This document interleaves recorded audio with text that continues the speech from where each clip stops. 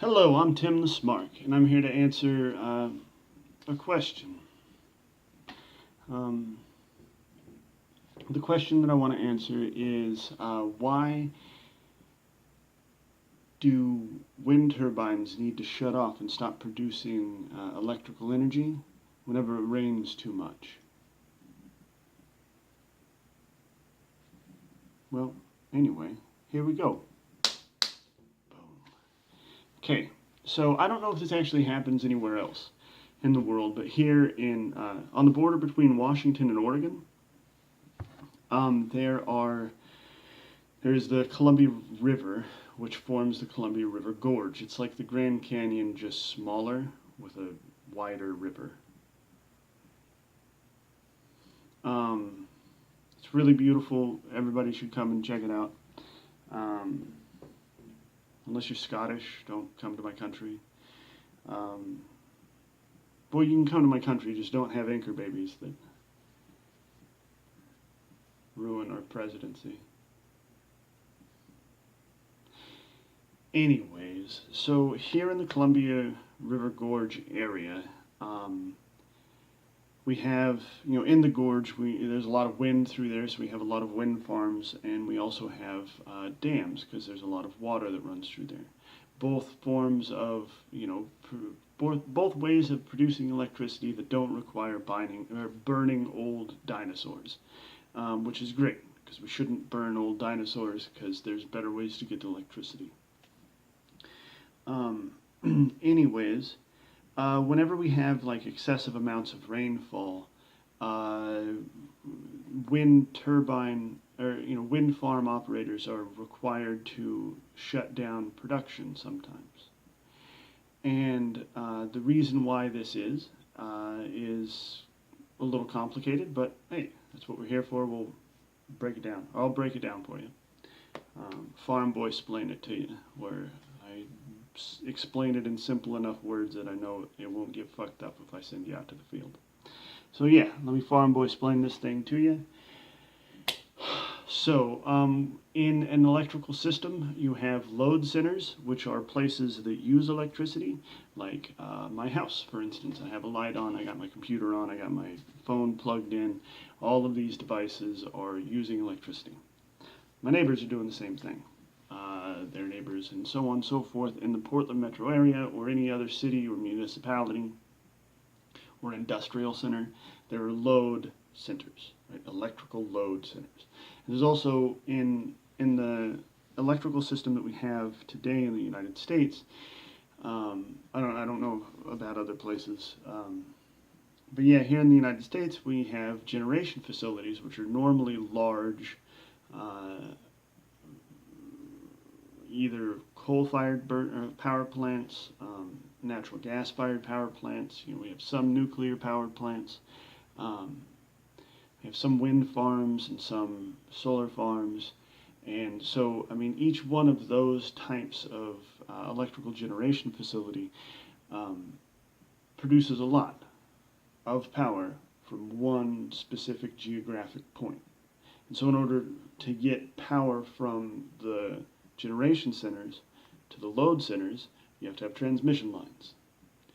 So the problem with transmission lines is that they are a physical construct. You build them and you place them how you want them to be. Or you try to plan ahead, but yeah, I mean, it's just wires. They're physical things. And so they can only carry, any given transmission line can only carry a certain amount of power.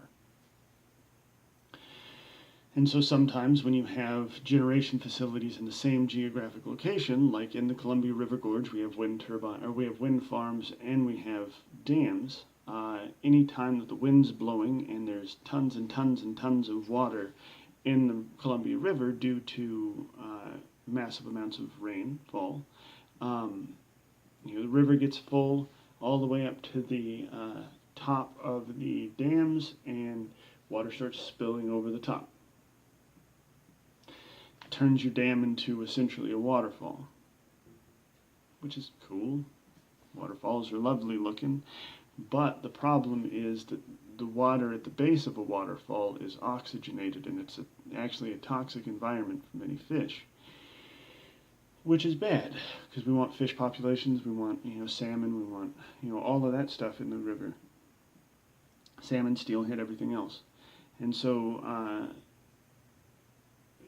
dam operators are required to not let excessive amounts of water over the edge of the dam, lip of the dam, whatever you want to call it. And so in order to move all of that water that is filling up anyways, they need to move it through the turbines. And so they produce power using that, that water that they need to remove from their reservoir before it spills over the top. Okay, so now back to transmission lines. If you have ramping up of the generation from your dams to get rid of the excess water and move it downstream in a safe way, you start filling up your allotted space on that transmission line with power from the dams. And so you can't put more power on those power lines than they can carry, so the wind turbines have to be curtailed. And they stop producing power so that power from the dams can get to the load centers and keep my lights on and allow me to watch YouTube videos. Important shit.